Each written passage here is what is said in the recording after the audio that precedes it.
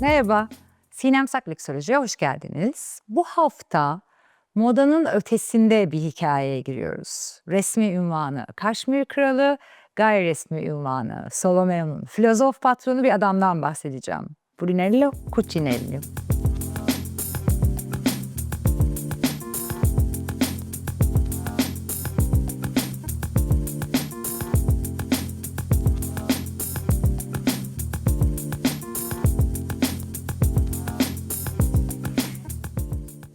Bugün aslında lüksü, gücü, parayı ve bence biraz da vicdanı konuşacağız, biliyor musunuz? Çünkü bir köyü baştan inşa eden, babasının yaşadığı aşağılanmadan koca bir iş modeli çıkaran, hümanistik kapitalizm diye bambaşka bir kavramı lüks dünyasına sokan biri.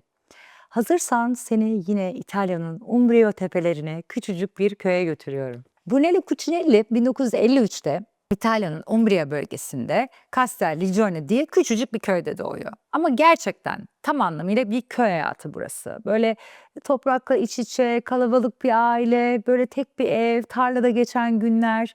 Yani yoksullar ama kendilerini, yani kendi içlerinde onurlu bir yoksulluk bu. Bu kelime de Cucinello'nun çocukluğunu tarif ettiği bir kelime. Onurlu bir yoksulluğumuz vardı diyor. Babası çiftçi, annesi evde dikiş diken, üretken ama imkanları çok sınırlı insanlar. Brunello hem okula gidiyor hem de işte küçük yaşta babasına tarlada yardım ediyor. Baktığınız zaman düşünün, çocukluğu işte toprak kokusu, hayvan sesleri ve çok sade bir hayatta geçiyor. Sonra bir gün aile çok büyük bir karar arıyor. Diyor ki yani çocuklar okusun, hayatı biraz daha iyi olsun diye şehir yakınlarına taşınmaya karar veriyorlar. Babası artık tarlada değil, işte Perugia yakınlarında bir çimento fabrikasında işçi olarak çalışmaya başlıyor. İşte aslında bütün olay burada başlıyor. Yani Brunello'nun bütün hayatını değiştiren sahne aslında burada. Çünkü işte daha bir genç bir delikanlı, işte babasının her akşam işten eve gelişini izliyor. İşte yorgun, okey. İşte maaşı düşük, tamam, okey, o da idare edilir. Ama onu yıkan bambaşka bir şey var. Yani babasının iş yerinde gördüğü muamele. İşte patronları, ustabaşları o babasının hani işte köy aksanıyla konuşmasını bir küçümsüyorlar. Böyle ona yokmuş gibi davranıyorlar. Yani kimse ki fiziksel olarak adama vurmuyor ama hani o sözleri, o tavırları böyle sürekli adamı küçük düşürüyor ve gerçekten o her akşam eve gelen baba artık böyle biraz daha mutsuz ve adam günden güne düşmüş yani ve bir gün hakikaten babasını böyle ağlarken görüyor ve diyor ki babası işte ya Allah'ım ben sana ne yaptım? Yani ne yapmış olabilirim ben bu kadar aşağılanıyorum diye böyle bir yakarırken duyuyor ve diyor ki kendi yine söyledi. Yıllar sonra diyor ki o gözlerdeki yaş benim hayatımın yönünü değiştirdi. Yani ben tabii ki yine duygulandım ama gerçekten duygulanıyorum.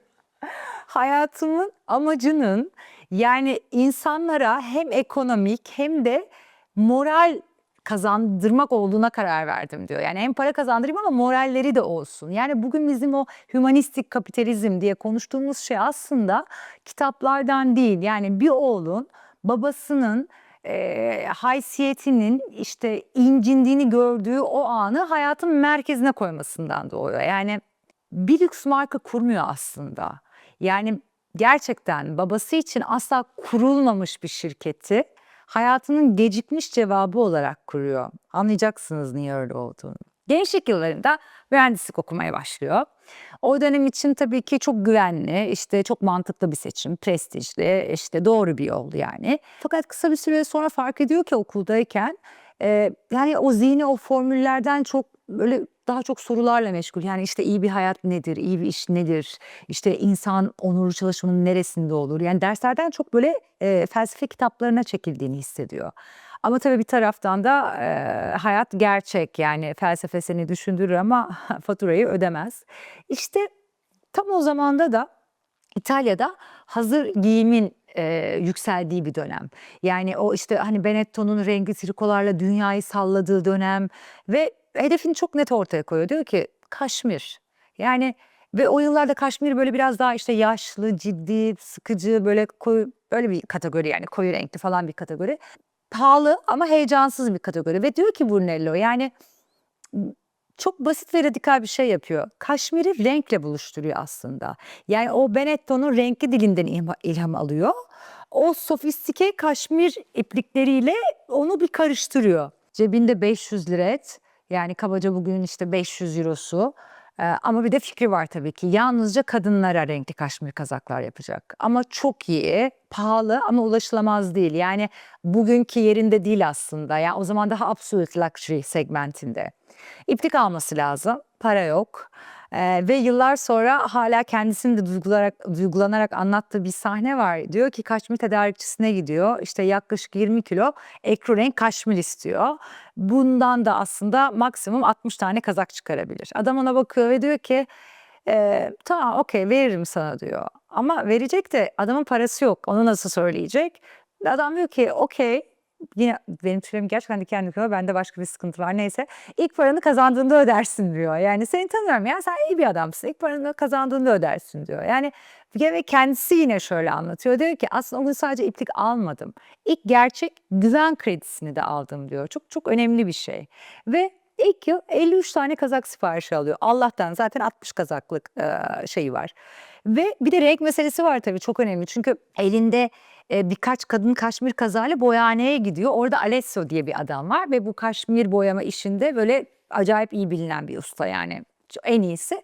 Kazakların her birini farklı renge boyayalım. Böyle çok diyor canlı olsun diyor. Alessio diyor ki kafayı mı yedin? Yani bu kaşmir bu renge boyanır mı diyor.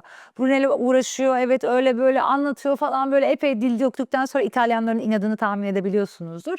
Tamam diyor deneyelim ama yani sonucu hakikaten garanti edemem. Ve yıllar sonra diyor ki hayatımın en önemli anlarından biriydi bu sahne. 6 tane işte kazak rengi denemişler. Sadece 6 kazağın rengini değiştirmiyor aslında. Kaşmir'in kaderi değişmeye başlıyor.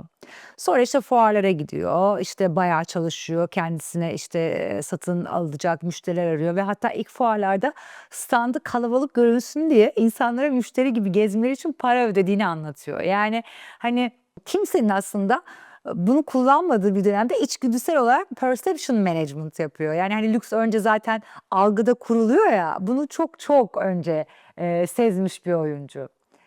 Derken hikayede bence yani Brunello'yu artık Brunello yapan bu hikayede tamam o zamana kadar çok güzel kaşmir renkli kaşmir okey ama gerçekten bence e, ikinci büyük sahne önemli. Şu yani tamam kaşmir yavaş yavaş yürümeye başlıyor siparişler artıyor işte markanın adı duyuluyor. Mesela tam bu noktada bence birçok kişi şunu yapardı. Derdi ki ha okey işten iyi daha büyük bir fabrika yapayım. İşte daha ucuz bir sanayi bölgesine gideyim. İşte daha çok makine alayım. Yani klasik büyüme refleksi aslında normal. Ama Brunello çok ters tarafa bakıyor. Eşinin doğduğu ve yıllar içerisinde neredeyse İtalya'da unutulmuş bir köy var. Solomeo. Orta çağdan kalma bir kale, işte yıpranmış evler, dökülen duvarlar. Yani çok böyle güzel ama çok kaderine bırakılmış bir yer ve diyor ki ben şirketimi burada kuracağım. Yani ve sadece ofislerimi değil ben bütün felsefemi bu köyün içine yerleştireceğim. Yani çok enteresan bir fikir ve hayal gibi yani. Ve diyor ki Solomeo'daki kaleyi ve çevresini satın alıyor. Restorasyona başlıyor ama yani bu restorasyon dediğimiz şey bizim hani Türk modeli böyle hızlıca tadilat yap içine masa sandalye koy falan öyle bir şey değil yani yıllarca sürüyor.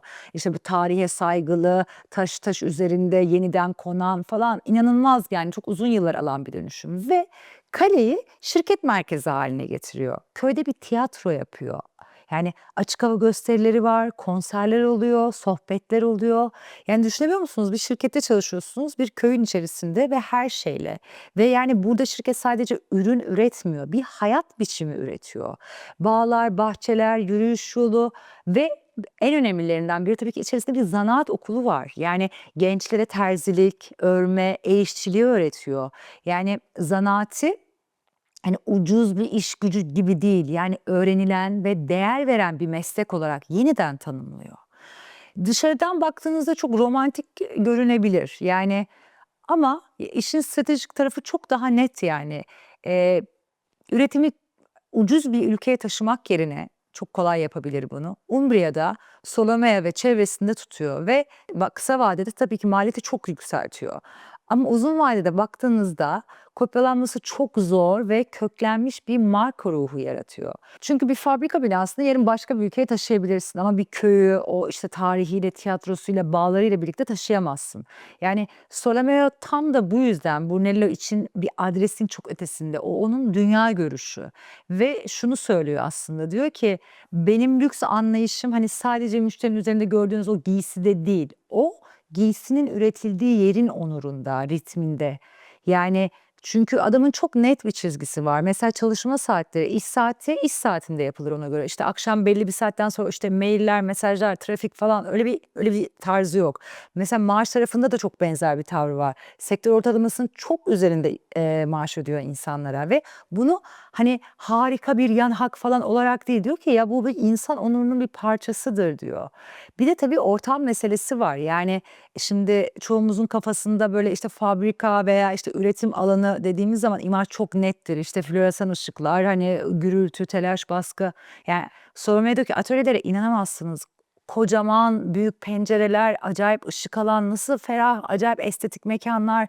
Yani yemekhane böyle bir eski çiftlik evini andıran bir yerin içerisinde uzun böyle bir masa ve orada 90 dakikalık bir öğlen yemeği molası var. Yani insanlar uzun yemek yesin, birbirleriyle sohbet etsin. Yani o kadar insani ki, o kadar unuttuğumuz bir şey ki. Kütüphane, duvarlarda az ama çok böyle özenle seçilmiş sanat eserleri. Her yerde felsefe kitaplarına erişim şirkette. Yani şirket çalışanına aslında sadece maaş ve sözleşme vermiyor. Yani sen insansın. Sadece üretim yapan bir makine değilsin diyor ve bunu gerçekten insana sürekli hatırlatıyor. Yani biraz önce babasının o hikayesinden bahsetmiştim ya. Aslında bütün bu detaylar o hikayede yaşadıklarının tersini kurma çabası. Yani babasının o yıllardaki o aşağılanma hissini alıp kendi şirketinde sistematik olarak tersine çeviriyor. Çünkü burada kimse ekmeğini kazandığı yerde kendini değersiz hissetmeyecek diyor. Bence çok etkileyici. Gerçekten çok etkileyici. Ve bence işin en ilginç tarafı da şu. Yani bu işte insancıl yaklaşımı sadece güzel bir işte vicdan hikayesi olarak kalmamış. Yani şirketi bu anlayışla büyümeye devam etmiş ve hala şirketi kârlı kalabilmiş, global bir lüks oyuncusu olmayı başarabilmiş. Yani bu muazzam bir başarı.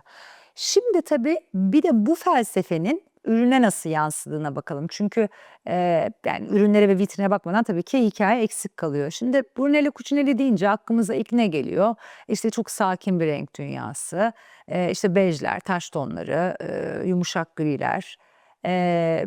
Gözü yormayan ama hani eli uzattığınız zaman işte bu ciddi bir kumaş hissini veren bir çizgi. İşte uzaktan bakınca sadece iyi giyinmiş, iyi giymiş gibi gözüküyorsun ama yakından bakan bu çok net bir lüks kodunu okuyor. Bugün buna quiet luxury diyoruz. Artık sürekli söylüyorum. 1000 kere öğrendik zaten. Ama yani zamansız ve logosuz bir ürün yapıyor. Sezona mahkum değil ürünler. Yani 3 ayda bir demode olmuyor aldığınız bir şey. Bu aslında bu luxury yani bu quiet luxury stratejik olarak da hem ürünün raf ömrünü uzatan bir şey hem de indirim baskısını azaltıyor. Yani marka trende değil karaktere yaslanıyor burada. O yüzden aslında markalar için de bu sessiz lüks bence iyi bir şey bir taraftan da. Hollywood tarafına gelince de bu dili görüyoruz aslında. Hollywood'da da çok fazla kullanılıyor. Yani hani tamam kırmızı halıda daha işte dramatik iddialı markalar öne çıkıyor ama Cucinelli tam anlamıyla bence günlük güç kıyafeti haline gelmiş durumda. Müşteri profili de buna paralel şekilleniyor tabii. Yani işte kendi kabilesi içinde çok iyi okunan, hani dışarıdan da işte sade görünen bir stil bu. Aynı ligde Loro Piana da var tabii ki. Yani ama mesela Loro Piano'yu anlatırken ne demiştik? Onlar daha çok en nadir lifler, işte en sofistike kumaşlar, daha tekstil zekası üzerinden konuşan bir markaydı. Ama Cucinelli'de ise malzemenin yanında bir de işte köyü, hani tiyatrosu, çalışma kültürü yani bu insan onuruna ekliyor. Yani ürünleri çok benzer segmentte ama hikayelerin ağırlık merkezi biraz daha farklı diyelim. Biri daha çok insana, biri daha çok tekstil zekasına yatırım yapıyor. Buraya kadar anlattığımız işin tabii ki ruhu, görüntüsü falan filan. Bir taraftan da rakamlara bakmak lazım. Yani bu haldeyken bile Brunello, yani bu kadar işte hümanizm, kapitalizm vesaire işverene bu kadar yüksek maaşlar. Bugün borsaya açık bir şirket. Milyar dolar, euro seviyesinde ciro yapan bir şirket. Acayip istikrarlı bir şekilde büyüyor son yıllarda. Karlılık müthiş sağlıklı. Yani işte insancıl kapitalizm de okey, demek ki bilanço üretebiliyor oluyor. Yani ve perakende tarafında da aynı mantık var. Gelirin önemli bir kısmı kendi yönettikleri monobrand butiklerden geliyor. Dünyanın her yerinde varlar. Yani her yerinde demeyelim ama olması gereken yerleri var. Yani sayıca kontrollü ama çok iyi işte. New York, Tokyo, Milano, Londra, yani en kritik adreslerde konumlanmış çok güzel mağazalarla ilerliyorlar. Zaten her yerde olmak gibi bir dertleri yok. Yani doğru yerde doğru şekilde var olmak üzerine kurulmuş bir perakende stratejileri var. Ve tabii ki yine en önemli yerlerden biri de şu: hala büyük bir lüks grubunun parçası değil. İşte LVMH, Kering, Richmond gibi dev portföylerin altında değil. Kendi başına duran ama borsaya açık bir oyuncu ve aslında kurucu aile hala anlamlı bir kontrol paneline sahip olduğu için bu da şunu yapma özgürlüğü veriyor. Yani tabii ki büyük bir gruba satılsa şirketin değeri daha da yükselebilir. Ama o zaman kendine şunu sormak zorunda kalacak: ya o zaman bu köy kalacak mı? Yani bu çalışma kültürü, bu çalışma koşullarını aynı şekilde koruyabilecek miyim? Koruyamaz tabii ki. Ve gerçekten yani zenginliği sıfırlar üzerinden değil, nasıl bir hayat kurduğu üzerinden okuyan bir adam bu. Bunu her zaman söylüyor. Hatta babasının bir lafıyla söylüyor, işte mezarlıktakilere bak, hani bir sürü sıfırlı hesapları vardı gibi. Yani gerçekten tamamıyla hayat, yani nasıl bir hayat kurduğu üzerinden çok okuyan bir adam. Ve tabii şimdi şunu sorabilirsiniz: ya adam bu kadar hümanistik kapitalizm diyor ama yani dünyanın en büyük çoğunluğu için hala erişilemez fiyatlarda. Yani 500 dolara bir koton elbise, işte 10 bin dolara kadar giden bir ceket. Yani o zaman hani ne kadar insancıl da diyebilirsiniz. Yani yoksa bu çok rafine, işte sadece üst sınıf konforu mu? Ya da şu soru da aklınıza gelebilir: hani Solome'ye harika, çalışma şartları iyi falan filan ama yani sen küresel tekstil zincirine baktığında işte Bangladeş'te, Vietnam'da, başka yerlerde insanlar çok zor koşullarda çalışan milyonlarca kişi varken senin bu modelin etkisi ne kadar geniş? Yani ya bir kere Cucinelli'yi her şeyi çözen mucize bir model gibi görmek yanlış olur tabii ki. Yani adam dünyadaki tüm adaletsizlikleri gideren bir kahraman değil. Ama şöyle yapıyor: yani sistem böyle deyip omuz silkmek yerine kendi kontrol alanında başka bir iş yapış biçimi deniyor. Ve belki bunları babasının yüzünde gördüğü o kırılmış, onlara verilmiş bir cevap olarak yapıyor. Belki kendi dünya görüşü için yapıyor. Ama diyor ki ben kendi gücümle en azından buradaki hayatı daha insani kılabilirim. Bu model tabii ki herkes için kopyalanabilir mi? Muhtemelen hayır. Her marka Solomeo gibi bir köy kuramaz. Her patron aynı duyarlılıkta hareket etmek istemez. Okey. Ama Cucinelli'nin yaptığı bize şöyle bir referans noktası sunuyor: yani başka türlü de yönetebiliyor demek. Yani lüks dünyası aslında tam da bu yüzden de ilginç. Yani çünkü çoğu marka hikayeyi ürünle başlatır. Ama Cucinelli insanla ve mekanla başlatıp ürünü onun üzerine koyan bir marka. Ve bence işin gerçekten en güçlü fikri de şurada: gerçek lüks başkalarının sana nasıl baktığı değil, senin gücünü nasıl kullandığın. Gerçekten bu çok önemli. Paran, statün, şirketin, ekibin, karar gücün var ve asıl soru şu: ya bir dakika, ben bu gücü sadece kendim için mi kullanıyorum yoksa başkalarının hayatını da biraz daha onurlu, daha iyi, daha yaşanılabilir kılmak için mi? Ben kendi payıma bunu denedim diye cevap veriyor. En azından kendi payına bunu yapmış biri. Tamam, bu adam ne bir aziz, hani ne de sadece iyi bir pazarlamacı olduğunu da kabul etmiyorum. Yani bunun sadece bir pazarlama tekniği olduğunu kabul etmiyorum. Yani bence güçle etik arasında köprü kurmaya çalışan ve çok az rastlanan bir iş insanı. Şahsen çok seviyorum.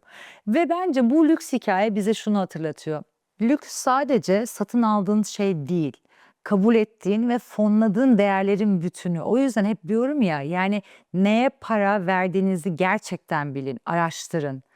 Ve kendi hayatınızda, kendi işinizde, kendi kararlarınızda nasıl bir hikâyeye para veriyorsunuz? Yani nasıl bir hikâyeyi finanse ediyorsunuz? Belki hiçbirimiz Ptolemy gibi bir köy kurmayacağız ama hepimizin hayatta kurduğu gerçekten kendi küçük dünyaları var. İş yerinde bir ekibimiz var, bir ofisimiz var, belki bir dükkân, bir ailemiz ya bir hayat tarzımız var ve asıl soru şu: sen kendi dünyanda küçük Ptolemyon'u nasıl inşa ediyorsun? Sinem Sak Lüksolojide lüksü sadece kaç para üzerinden değil, neyi finanse ediyor üzerinden aslında okuduğumuz bence önemli bölümlerden biriydi. Eğer bu hikaye sende bir şeylere dokunduysa bir sonraki bölümde başka bir markanın, başka bir gücün arka planında tekrar buluşalım. Hoşça kalın.